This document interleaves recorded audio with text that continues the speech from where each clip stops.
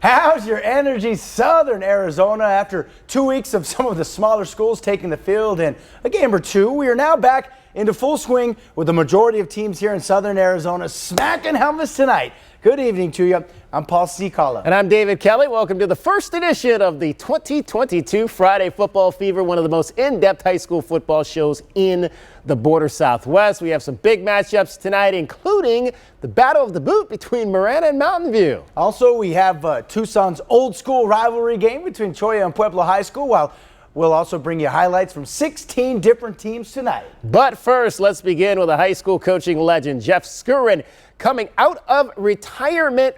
It's Rio Rico taking on Santa Cruz Valley and Nogales. And Rio Rico debuting new uniforms with a touch of Dia de los Muertos. A crazy day down near the border with that suspected gunman, but nothing was going to put the kibosh on the return of Skern, and his offense chewed 6+ minutes off the clock to start the game. Quarterback Reef Robbins, a foreign exchange student from Germany, dumping it down to Marlo Rodriguez. That's good for 13 yards. And then trickeration, fake the dive, a blind end around Andres Lopez, making a man miss, then losing his hat.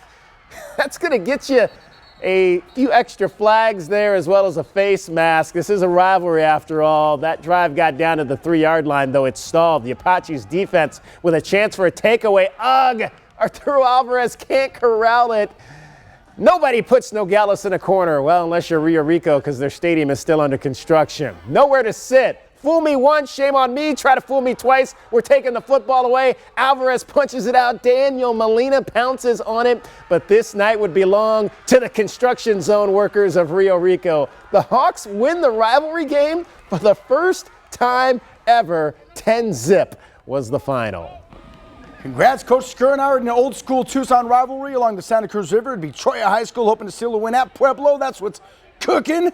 And on the opening kickoff, Pueblo High School's Miguel Moreda will bust out with a nice little return there. That'll put the Warriors in good field position from the get-go. And a bit later, how about Diego Ramirez at QB getting the ball to Anthony Carpenter, and as he bursts forward, the ball comes loose. In the end, though, it was not considered a fumble since he was already down. And after that, for Anthony Carpenter, it'll be easy peasy for sheezy. Just like that, Pueblo jumps out to a 1-touchdown lead. He says, "Dear Lord, thank you for putting me on the highlights on the Friday Football Fever." All right, back to Cholla we go, and off of the kickoff, Syrian Williams will pick it up off the bounce, and then he is no necessarily quick, but he is Speedy Gonzalez. Ándale, ándale, ándale, ándale. On Cholla's first kickoff return to the season, that, folks, is a touchdown, but Cholla would need much more than that in the end. Coach Jake Allen and Pueblo walk away with the victory. That was the I-19 rivalry. All right, on to Catalina Foothills hosting Siena again. The Falcon Marching Band was ready, but how about the team? At first, it was all Siena guy Edgar Garcia with some old school hard-nosed rush in here. Takes it up the middle of the field. That's a nice gain. That's going to set up his quarterback, Braden Sherry. Short pass to Sean Cadena. Looks like he might not make it, but he just gets the few last inches for the touchdown. Bobcats. Catalina, though, had an answer. How about Austin Bourne looking like he's shooting dice with that sidearm release there? But he isn't shooting footballs. He is, I should say, shooting footballs right into the hands of Cade Berkdahl. First down for the Falcons, but not a good night in my neighborhood as Catalina Foothills falls to the boys from Vail, 41-21.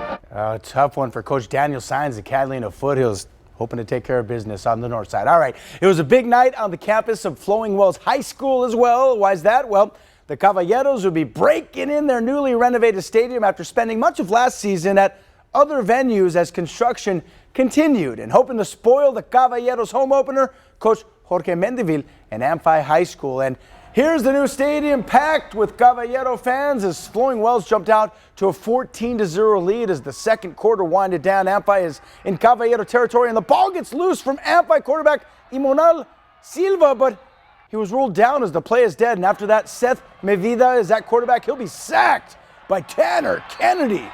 Flowing Wells gets the ball right back, and this time it'll be Amphi rushing the quarterback. This time is Kevin Quintero takes down the Caballero quarterback. After that, Flowing Wells quarterback Alex Madrid will take matters into his own hands as he sprints forward along the sideline, close to the first down marker, and in the end, Flowing Wells rides out that lead for a 28-7 victory. And on to the northwest side where they battle for bragging rights in Miranda. So the question was, would they step up in the Battle of the Boot? Miranda without star quarterback Elijah Joplin. He threw for over 2,600 yards, 30 touchdowns last season, but suffered that orbital bone injury in 7-on-7. But Jason Wood coming in absolutely lit it up. Plays like this. How about that throw? And then the catch on the other end by the former QB, Samuel Brown. That's going to set the Tigers up with 1st and goal. A few plays later, Jordan Jang gets the touchdown. Mountain View struggled early on, but was able to find some groove with this touchdown run coming up here. Steve Minibai, his big brother used to do the running over there at Mountain View. Miranda, though, wins the Battle of the Boot for the 2nd year in a row and just the 4th time ever. 37-21 the final. All right, Coach Philip Stewart and Miranda continuing strong after a big 7-win campaign and barely missing the playoffs last season. All right, we're far from over with. After the break, we'll continue our in-depth coverage of high school football here in the old Pueblo. That's right, Paul. We'll recap the coaches for charity games that took place on Thursday night to kick off the season. Plus, we'll head to Catalina High School as the Trojans hosted Palo Verde